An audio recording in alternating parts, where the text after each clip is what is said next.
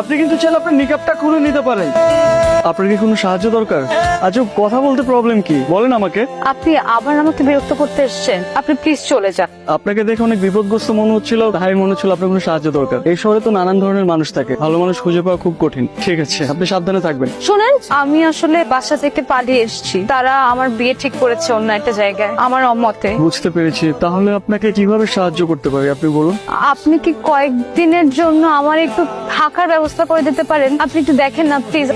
এভাবে মেয়েটাকে একা রাস্তায় কিভাবে ফেলে যায়? এই প্রথম কোনো মেয়েকে দেখে একটাকে এতটা ভালো লাগছে, তাছাড়া একটা মায়াও কাজ করছে। বাসায় নিয়ে যাবো? আচ্ছা, আপনি কিছু না মনে করলে আপনি চাইলে আমার সাথে আমার বাসায় যেতে পারেন। আমার বাসায় 2টা বেডরুম আছে। মাঝে মধ্যে মা গ্রাম থেকে আসলে আমার সাথে থাকে আর কি। আপনার যদি কোনো আপত্তি না থাকে তাহলে আমাকে বিশ্বাস করতে পারেন। হাতে এটাকে নানি নাকি? গ্রাম থেকে নানি রেডি আইছেন? ওয়াইফ রোশা। কি আপনার ওয়াইফ মানে? আপনি তো ব্যাচেলার, আপনি বিয়ে করলেন কবে? আরে এবার ছুটি দিয়ে যে বিয়েটা সেরে ফেললাম আর কি। আমাদের তো কিছু বললেন না। এটাই আমার বাসা। 2টা বেডরুম আছে। ওই পাশের রুমটা আমি থাকি, আর এই পাশের রুমটা মোস্ট অফ দ্য টাইম খালি থাকে। আপনাকে আমি কি বলছিলাম, আপনি ফ্রেশ হয়ে রেস্ট করবেন। আপনি বাসা গুছিয়ে রেখেছেন কেন?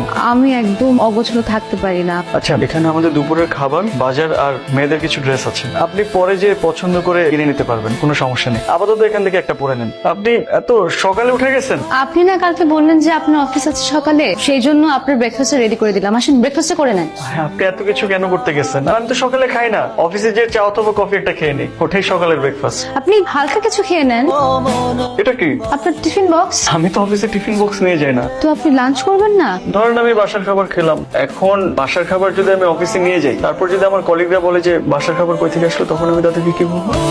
বলবেন আপনার মানে বলবেন না আপনি বাসায় একটা কাজের লোক রেখেছেন, সে রান্না করে দিয়েছে। আপনার কি মনে হয় আমি বাসায় একটা কাজের লোক রেখেছি? আপনি কিন্তু সবসময় একটা কথার অন্য একটা মিনিং খুঁজে বের করেন। আমি মোটেও ভাবে বলিনি। ফোনটা আপনি রাখেন, আর যদি কোনো প্রবলেম হয় আমাকে ফোন করবেন। মনটা কি বেশি খারাপ?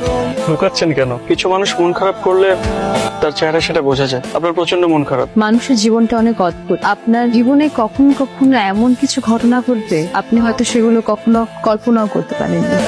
আর আপনি জানেন না যে সেই ঘটনাগুলো ঘটলে আপনি কি করবেন বা আপনার জীবন কোন দিকে মোড় নেবে। এসব ছোট ছোট ঘটনা নিয়ে তো জীবন, আর এইসব ছোট ছোট ঘটনাকে আপনি যত মনে রাখবেন তত পিছিয়ে পড়ে যাবে। চাচা, আপনি হয়তো বাসার উপরে পাঠাই দিছি। শুনলাম তুমি নাকি বিয়ে করেছো, বিয়ে করে বউ নিয়ে আসছো, তাই বৌমাকে দেখতে চলে আসলাম।